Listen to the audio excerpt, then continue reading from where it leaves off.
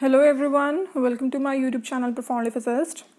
So in today's video we will cover topic Poisson's bracket of classical mechanics along with the previous year questions. ठीक है, तो theory भी समझेंगे कि poison brackets होती क्या है एंड अलॉन्ग विद दैट आज तक जितने भी क्वेश्चंस आए हुए हैं on the basis of this topic उन सब क्वेश्चंस को भी डिस्कस करेंगे. एक्चुअली व्हाट आई थॉट कि जैसे आपका एग्ज़ाम जो है डिले हो गया है बाय अ वीक, तो हम ऐसे करेंगे जितने भी इंपॉर्टेंट टॉपिक्स हैं उन सबको उनके सबके थ्योरी के अलॉन्ग उनके जितने क्वेश्चंस हैं प्रीवियस ईयर पेपर में उन सबको सॉल्व कर लेंगे. जैसे कि ये जो टॉपिक है पॉइजन ब्रैकेट्स, तो ये हमेशा पेपर में आया ही हुआ है. 1 to 2 मार्क्स का क्वेश्चन जो है इस टॉपिक में से आता ही है. सो अगर आप ये छोटा सा टॉपिक है इसको कवर कर लोगे तो आपके जो है पेपर में 2 मार्क्स श्योर हो जाएंगे. तो जैसे कि when we analyse previous year papers, आपने देखा ही होगा कि 2 to 3 क्वेश्चंस जो हैं हर एक पेपर में आए हुए हैं from this topic. So bye covering theory क्या होगा कि इस टॉपिक में से और कैसे क्वेश्चंस फॉर्म हो सकते हैं आप उनको भी समझ पाओगे, राइट. तो इस टॉपिक में से अगर कोई और क्वेश्चन आता है तो उसको भी सॉल्व कर पाओगे. सो टॉपिक शुरू करते हैं. फिर पॉइजन्स ब्रैकेट बहुत ईजी टॉपिक है, ठीक है. तो देखो यहाँ पर क्या होता है. If the functions F and G depend upon the position coordinate Q के, मोमेंटम कोऑर्डिनेट पी के एंड टाइम टी, ठीक है. तो यहाँ पर हमारे पास दो फंक्शंस हैं एफ एंड जी. अगर ये पोजीशन कोऑर्डिनेट क्यू के, मोमेंटम कोऑर्डिनेट पी के एंड टाइम टी पर डिपेंड करते हैं, ये तीनों इनके कोऑर्डिनेट्स हैं, देन इनको हम पॉइजन्स ब्रैकेट में कैसे लिख सकते हैं. जैसे यहाँ पर लिखे एफ कॉमा जी, उसके बाहर जो है ब्रैकेट उसको हम कम्यूटेटर के फॉर्म में जैसे कि है उसको हम कह देते हैं पॉइजन ब्रैकेट. और पॉइजन ब्रैकेट को सॉल्व करने का फार्मूला क्या है. सो जैसे कि आपने यहाँ पर देखा F comma G Poisson's bracket, this is equal to summation from K is equal to 1 to n. के की वेरिएशन है 1 से लेकर n तक. अब इसको लिखेंगे कैसे, देखो curl F upon curl Q के, curl G upon curl P के. मतलब जो एफ फंक्शन है उसका partial derivative with respect to Q के एंड जो जी यहाँ पर फंक्शन है उसका partial derivative with respect to P के माइनस के बाद हमने क्या कर देना है, जो partial derivative with respect to जिस यहाँ पर कोऑर्डिनेट के था उसको बस रिवर्स कर देना है, ठीक है. तो पहले देखो एफ को क्या किया था हमने विद रिस्पेक्ट टू क्यू के डिफ्रेंशिएट किया था. सो माइनस के बाद क्या कर देंगे एफ को डिफ्रेंशिएट करेंगे with respect to P k. Similarly g जो है उसको हमने पहले देखो डिफ्रेंशिएट किया था विद रिस्पेक्ट टू पी के and then we will differentiate it with respect to Q k. कितना आसान है देखो पॉइजन ब्रैकेट को एक्सपैंड करना. सो यहाँ पर एक चीज़ आपने ध्यान में रखनी है, जो फंक्शंस एफ एंड जी हैं उनका कोई भी नेम हो सकता है, राइट. जैसे आजकल हमने पेपर में देखा जो लैंग्वेज यूज़ हो रही है वहाँ पर फंक्शंस जो है capital P and capital Q को यूज़ किया गया है, ठीक है. तो यहाँ पर जो है सेम थिंग ही है, एफ एंड जी की जगह पी क्यू एनी 2 फंक्शंस हो सकते हैं, बट वहाँ पर क्या कंडीशन होनी चाहिए that they must depend upon the position coordinate, momentum coordinate and time, then it's so easy to expand them. तो यहाँ पर ऐसे आप पेपर में क्वेश्चन आ सकता है कि जैसे दो जो हैं आपको उन्होंने फंक्शंस प्रोवाइड कर दिए एंड आपको जो है उनके पॉइजन ब्रैकेट्स एक्सपैंड कर दिए, ठीक है. तो आपको जो है आइडेंटिफाई करना है कि कौन सी पॉइजन ब्रैकेट है. और यहाँ पर ये भी हो सकता है कि आपको एफ एंड जी जो 2 फंक्शंस हैं वो मैंशनड हों. जैसे आपको पूछा जाए कि position and momentum x and P जो हैं उनकी पॉइजन ब्रैकेट का आंसर क्या होगा, ठीक है. तो यहाँ फिर आपने क्या करना है एफ़ के जगह पर आपने लिख देना है एक्स एंड जी की जगह पर क्या आ जाना है P and then you will solve that in that. मतलब इस तरीके से जो है क्वेश्चंस फॉर्म हो सकते हैं. सेकेंड टाइप ऑफ क्वेश्चन कैसे आता है, देखो यहाँ पर condition for a function to be constant of motion. आपको कोई फंक्शन जो है दे दिया हुआ है, क्वेश्चन मैंशनड है कि एफ़ जो है ये एक फंक्शन है. अब क्या कंडीशन है कि ये फंक्शन जो है वो हो constant of motion. Constant of motion का अनदर नेम भी है integral of motion. So these both are one and the same thing. Constant of motion, integral of motion, जहाँ भी लिखा हो सेम थिंग है. अब यहाँ पर हम ये कंडीशन चेक करते हैं कि कोई फंक्शन कब कांस्टेंट ऑफ मोशन होता है. तो यहाँ पर देखो अगर कोई फंक्शन जो है से एफ, उसकी जब हम पॉइजन ब्रैकेट सॉल्व करते हैं विद रिस्पेक्ट टू एच क्या है हैमिल्टोनियन. तो अगर उसका आंसर 0 आ जाता है then what we will say कि जो फंक्शन f है this is a constant of motion. समझ लगी ना बात. देखो यहाँ पर लिखा भी है if a function f does not depend upon time explicitly and is a constant of motion it's poison bracket with Hamiltonian vanish, ठीक है. तो यहाँ पर जो है जब किसी फंक्शन के Poisson bracket with respect to Hamiltonian vanish हो जाए, वैनिश का मतलब आंसर 0 आ जाए, then that function will be the constant of motion. So question कैसे फॉर्म होगा, पेपर में आपको जो है फंक्शन मैंशनड होगा कोई एंड पूछा गया होगा ऑप्शन में कि ये फंक्शन जो है ये कांस्टेंट ऑफ मोशन हो जाए तो उसकी कौन सी कंडीशन है। सो देन आपको पता ही है अब अगर उस फंक्शन की Poisson bracket with Hamiltonian vanish हो जाती है then it become the constant of motion and उसका अनदर नेम क्या है, इंटीग्रल ऑफ मोशन। समझ लग गया ना टॉपिक ये भी। सो अभी तक हमने जितने भी पेपर में क्वेश्चंस देखे हैं on the basis of Poisson brackets, तो कोई सॉल्व करने वाला क्वेश्चन नहीं है, सारे क्वेश्चंस जो हैं वो स्टेटमेंट बेस्ड हैं या फिर प्रॉपर्टीज़ बेस्ड हैं। ठीक है, तो आपको जो पॉइसन ब्रैकेट की प्रॉपर्टीज़ है वो सारी भी अच्छे से आनी चाहिए, बिकॉज रिपीटेडली हमने देखा है कि प्रॉपर्टी के बेसिस पर ही क्वेश्चन फॉर्म हो रहा है। सो देखते हैं यहाँ पर क्या है, properties of Poisson bracket. First property क्या है, Poisson bracket have the property of anti symmetry. ठीक है, तो कम्यूटेटिव लॉ नहीं फॉलो करते हैं, एंटी सिमेट्री की प्रॉपर्टी है। देखो ये क्वेश्चन भी आया हुआ है, बाद में हम क्वेश्चन में डिस्कस करेंगे। सो फर्स्ट प्रॉपर्टी क्या कहती है, अगर F and G two functions हैं जो उनकी पॉइसन ब्रैकेट है that is equal to minus of the Poisson bracket of G and F. समझ लग गई ना बात। अगर आप फंक्शंस को जो है रिवर्स करोगे, उनकी पोजीशन को इंटरचेंज करोगे, इन दैट केस क्या होगा, पॉइसन ब्रैकेट का जो साइन है यहाँ पर नेगेटिव साइन आ जाएगा। तो फिर से I want to remind you all कि यहाँ पर जो है फंक्शन का नेम चेंज हो सकता है, R S P Q L M कुछ भी लिखा हो सकता है, बट प्रॉपर्टी जो है it will be this remain the same, this is the property like. ठीक है, तो एफ एंड जी अगर टू फंक्शंस है their Poisson bracket is equal to minus of the Poisson bracket of G and F. So second property जो है देखो यहाँ पर क्या है, अगर क्यू के एंड क्यू एल है जो उनकी पॉइसन ब्रैकेट है, यहाँ पर हम कोऑर्डिनेट्स की बात कर रहे हैं, जो फंक्शन एफ एंड जी है जो उनके कोऑर्डिनेट्स होते हैं, राइट। तो अगर क्यू के एंड क्यू एल, ठीक है, जो इनकी पॉइसन ब्रैकेट है एंड जो पी के एंड पी एल इनकी पॉइसन ब्रैकेट है दैट इज इक्वल टू 0। मतलब जो सेम, यहाँ पर एक बात समझिए आप, जो सेम कोऑर्डिनेट है जैसे Q and Q same coordinate, उसका कोई भी वेरिएशन आ जाए, L M N O P कोई भी वेरिएशन आ जाए, मतलब 1 to n की जब हम बात करते हैं तो यहाँ पर Q1 से लेकर Qn तक अगर कोई 2 Q हैं, अगर उनके हम पॉइसन ब्रैकेट सॉल्व करें तो आंसर क्या आएगा, 0। सेम गोज़ फॉर P, जो यहाँ पर मोमेंटम कोऑर्डिनेट है, जब उसका जो है आप पॉइसन ब्रैकेट सॉल्व करोगे, if you are having 2 momentum coordinates and उनकी जो पॉइसन ब्रैकेट होगी that will also be equal to 0। Clear है ये। सो अब हम ये पता चल के जब सेम कोऑर्डिनेट होते हैं उनका जब हम जो है पॉइसन ब्रैकेट सॉल्व करते हैं आंसर 0 आता है। नाउ व्हाट इफ़ अगर कोऑर्डिनेट अलग अलग हों, because we know that the function depend upon 3 coordinates, position, momentum and time. अगर यहाँ पर Q एंड P आ जाए तो इनकी पॉइसन ब्रैकेट का आंसर क्या होगा। So position and momentum coordinate की जो पॉइसन ब्रैकेट है उसका आंसर होगा एक सिंबल, ठीक है, which is Kronecker delta symbol. ठीक है, तो यहाँ पर इसको इंडिकेट करते हैं डेल्टा से, के एंड एल इज़ देयर। अब यहाँ पर भी कंडीशन है कि डेल्टा के एल जो है ये कब 0 होता है एंड कब 1 होता है, तो ये कंडीशन भी आपको पता होनी चाहिए। व्हेन के इज़ नॉट इक्वल टू 1, जब के 1 नहीं है, it is something else too, because के कहाँ से वेरी करता है 1 से लेकर n तक। सो 1 जब नहीं है इन दैट केस क्या होगा, this delta symbol will be equal to 0। And the another thing is जब k and l they both are equal, मतलब k भी 1 है l भी 1 है, k2 l2, ठीक है। सो इन दैट केस क्या होगा, this delta K L is equal to 0। So from this particular slide कितने ज़्यादा क्वेश्चंस फॉर्म हो रहे हैं देखा आपने। जब जो है सेम कोऑर्डिनेट मेंशन्ड है इन दैट केस पॉइसन ब्रैकेट क्या होगी, 0, वन थिंग। सेकंड हमने देखा कि जब Q एंड P है, पोजीशन एंड मोमेंटम कोऑर्डिनेट के जो पॉइसन ब्रैकेट है that is equal to Kronecker delta symbol, second point.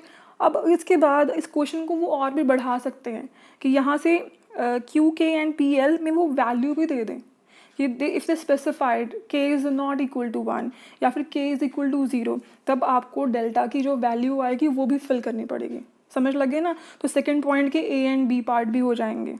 जैसे क्वेश्चन फॉर्म हो जाए कि जो पोजीशन एंड मोमेंटम कोऑर्डिनेट है उसकी पॉइसन ब्रैकेट की वैल्यू क्या है, प्रोवाइडेड k एंड l जो दोनों इक्वल है, तो यहाँ पर आंसर क्या आ जाएगा, 1। समझ गए ना। तो अगर यहाँ पे क्वेश्चन ऐसे फॉर्म हो जाए कि पोजीशन एंड मोमेंटम कोऑर्डिनेट की जो पॉइसन ब्रैकेट है उसका आंसर क्या है, if k is not equal to 1, तो अब आंसर क्या हो जाएगा, 0 के इक्वल। सो समझ गए ना कितने ज़्यादा यहाँ पे पॉइंट्स फॉर्म हो रहे हैं, कितने क्वेश्चंस जो हैं बन सकते हैं यहाँ से। सो जितनी हमने अभी तक प्रॉपर्टीज़ डिस्कस की हैं उसके अलावा यहाँ पर और प्रॉपर्टीज़ भी हैं, ठीक है। थर्ड प्रॉपर्टी क्या कहती है, f इज़ इक्वल टू 0। तो मतलब कोऑर्डिनेट ही नहीं, फंक्शन भी अगर हम सेम टू फंक्शंस जो हैं उनको सेम ले लें तो इन दैट केस भी जो पॉइसन ब्रैकेट है that will be equal to 0। तो यहाँ पर ये समअप कर सकते हैं हम कि चाहे कोऑर्डिनेट हो p एंड, ठीक है, q एंड q सेम अगर कोऑर्डिनेट लें तब भी जो है पॉइसन ब्रैकेट 0 हो जाती है, एंड अगर हम सेम फंक्शन कंसिडर कर लें इन दैट केस भी पॉइसन ब्रैकेट 0 हो जाएगी।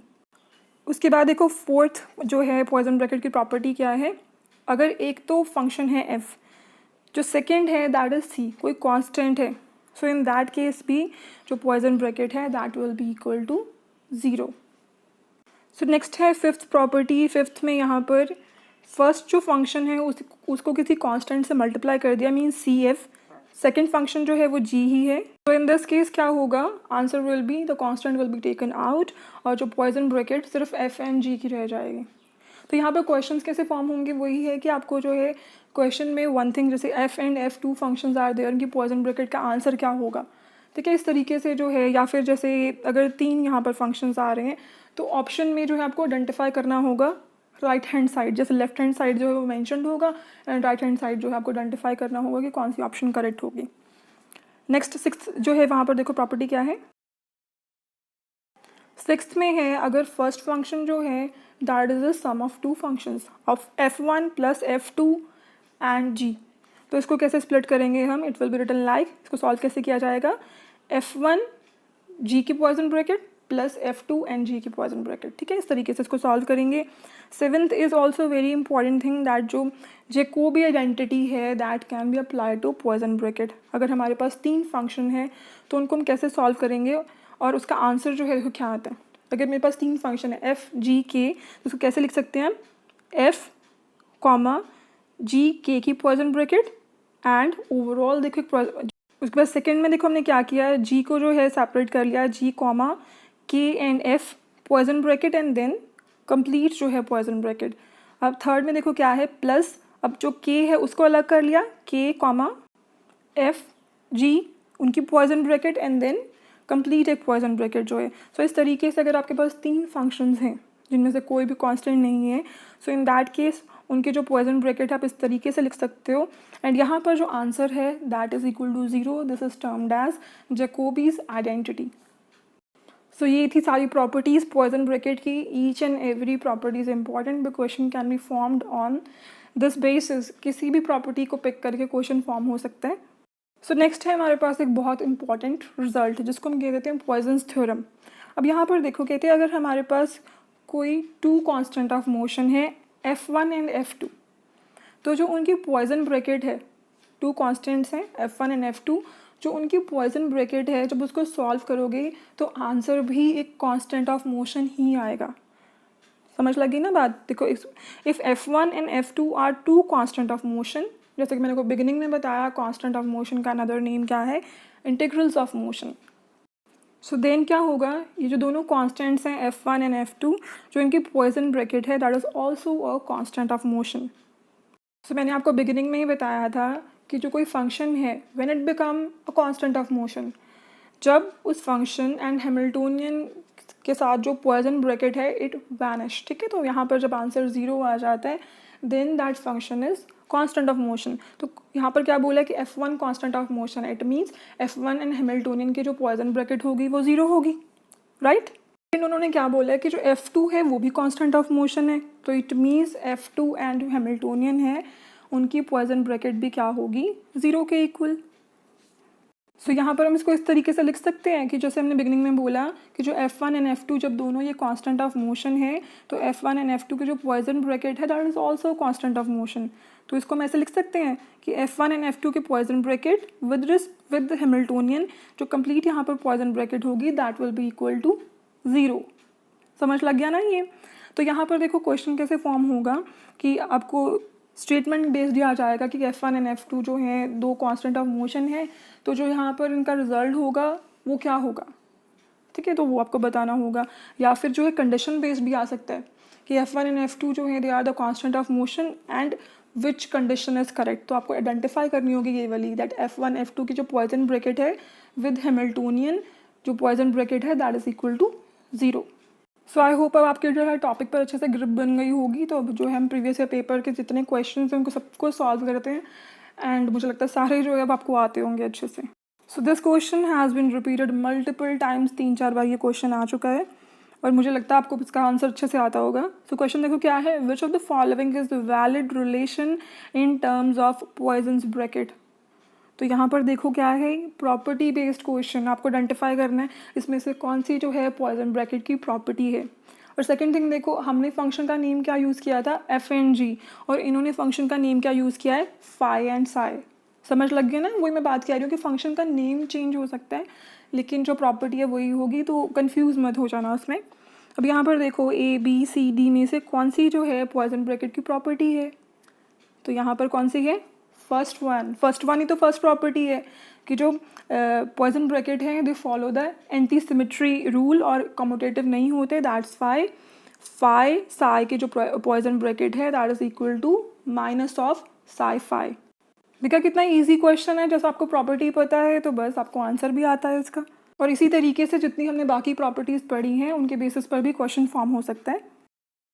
नेक्स्ट क्वेश्चन तो ध्यान से देखना, if Q and P are set of canonical variables and delta LK is Kronecker delta then in terms of Poisson bracket. तो यहाँ पर भी आपको जो है प्रॉपर्टी आइडेंटिफाई करनी है, पर यहाँ पर क्या है, कोऑर्डिनेट्स हैं, वेरिएबल्स हैं, राइट। तो वेरिएबल्स वाली जो है हमने 2 प्रॉपर्टीज़ पढ़ी थी, अगर सेम जो है कोऑर्डिनेट सेम होता है Q P P, in that case क्या होता है, poison bracket vanish, answer result 0 आ जाता है। लेकिन जब Q and P है इन दैट केस आंसर क्या होता था, Q and P की जो पॉइजन ब्रैकेट है that is equal to delta, Kronecker delta function जो है डेल्टा KL के इक्वल होती है, ये हमने अभी पढ़ा है। अब यहाँ पर देखो कौन सी ऑप्शन करेक्ट होगी, फर्स्ट ऑप्शन कहती है ए ऑप्शन क्या है, QP is equal to 2 times delta, 2 times delta था, नो। सेकेंड ऑप्शन क्या कहती है, QP is equal to delta square, square भी नहीं था। सी ऑप्शन क्या है, QP is equal to delta LK, yes यही था, है ना। सो डेल्टा के इक्वल था। डी ऑप्शन भी देख लेते हैं, डी में लिखा हुआ है 3 टाइम्स डेल्टा, लेकिन हमने भी प्रॉपर्टी पढ़ी है, we know this, the Poisson bracket of Q and P is equal to delta. So for this question option C is correct. और जैसे कि मैंने आपको बोला है फर्दर भी इस क्वेश्चन को एक्सटेंड किया जा सकता है by providing the value of K, ठीक है। तो K is not equal to 0 या फिर K is equal to L, तो कॉरस्पॉन्डिंगली डेल्टा की वैल्यू आपको पता है 0 and 1 हो जाती है।